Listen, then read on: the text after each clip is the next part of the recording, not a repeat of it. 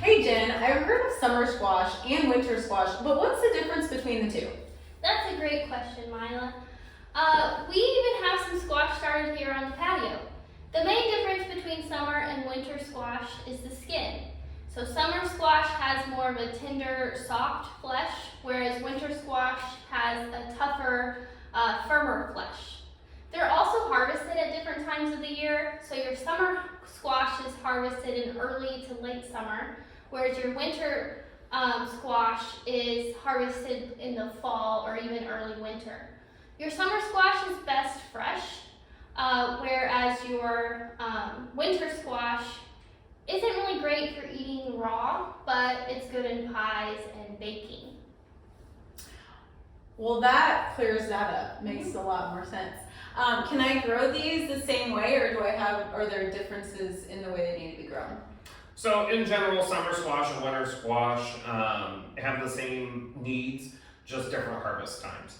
So the seeds can be planted indoors in late April or early May, with the seeds starting and then moving them outdoors around June 1st, or again, like we've always talked about, once the fear of frost has disappeared. And you'll want to allow 24 to 48 inches between each plant, or use 8 to 10 gallon containers when planting them out on a patio. So squash plants require 12 or more hours of sunlight each day and about 9 to 12 cups of water per week. So your summer squash would be harvested about 35 days after planting outdoors. And you want to watch your plant for flowering, like what we have here on these. And then harvest your fruit anytime after the fruit begins to form, after the flowers disappear.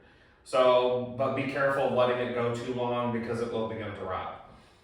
You'll want to wear gloves to avoid irritation from the prickly plants and use a knife or scissors for easier removal of the fruit. When we're looking at winter squash, that's about 75 to 100 days after planting it outdoors. So you'll cut the fruit from the vine when the leaves begin to brown.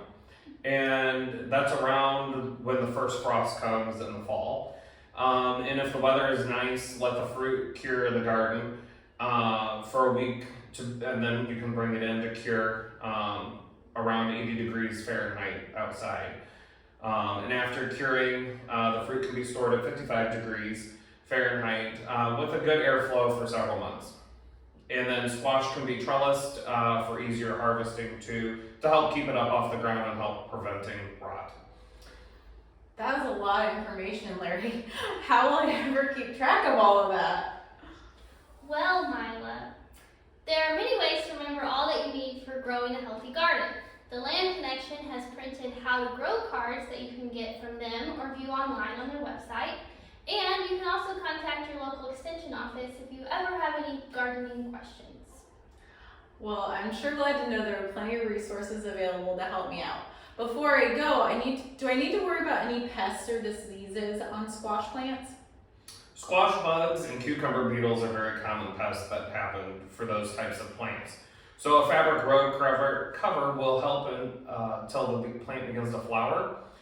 This will allow the plant to grow big enough to survive damage from pests until it needs to be removed for pollinating.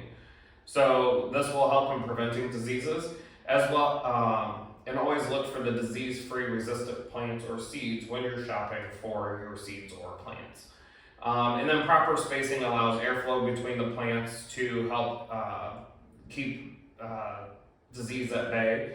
And then also keeping water off the leaves helps prevent the diseases as well.